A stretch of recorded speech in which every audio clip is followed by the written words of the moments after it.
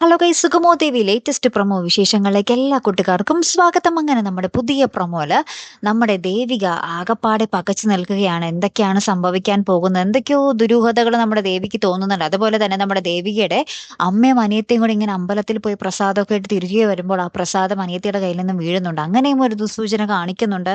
അപ്പുറത്ത് നമ്മുടെ ചന്ദ്രമതിയുടെ അടുത്ത് മാനേജർ വന്ന് കാര്യങ്ങൾ സംസാരിക്കുന്നുണ്ടാവുമല്ലോ. അപ്പൊ അവർ അരുന്ധതിയുടെ ആളാണെന്നോ ത്യാഗരാജന്റെ ആളാണെന്നോ നമ്മുടെ ചന്ദ്രമതിക്ക് അറിയില്ലായിരുന്നു. പക്ഷെ ഇന്നത്തെ പ്രൊമോയിൽ നമുക്ക് കാണുവാൻ സാധിക്കുന്നുണ്ട് നമ്മുടെ ത്യാഗരാജൻ ചന്ദ്രമതിക്ക് മുന്നിലേക്ക് വരുന്നത്.